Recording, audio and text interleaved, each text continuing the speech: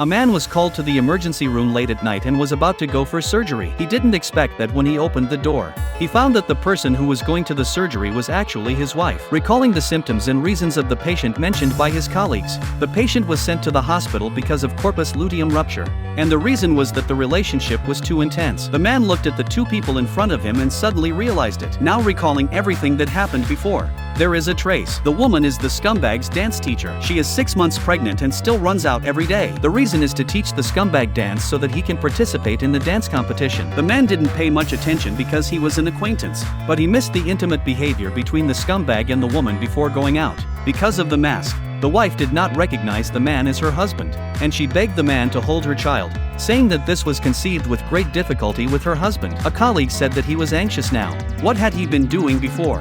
And that a man of his age was joking about his own and his child's lives. At this time, the scumbag even said that it was because the woman's charm became greater after pregnancy, and he could not control himself for a while. Before the operation, family members were required to sign. So the woman asked where her husband was. The woman immediately said that the scumbag was her husband. The scumbag was still unwilling to leave the operating room, and the way he was affectionate with his wife was like a knife stabbing into the heart of the man who was doing the operation. The man was distracted and hurt the woman. The woman then realized that the doctor's eyebrows and eyes were very familiar. The man quickly denied it and continued to do the operation. The woman thought that the man was working in another hospital now. Even the emergency room sent him in with such a serious situation. The probability of success of the operation was not very high. When asked whether to transfer to the city hospital, the wife also quickly refused because her husband worked in the city hospital. Thinking of this, the woman was relieved. The operation was successfully completed and the woman's child was hugged. When no one noticed, the man hid a test tube on his body and left the operating room in a trance. Ironically,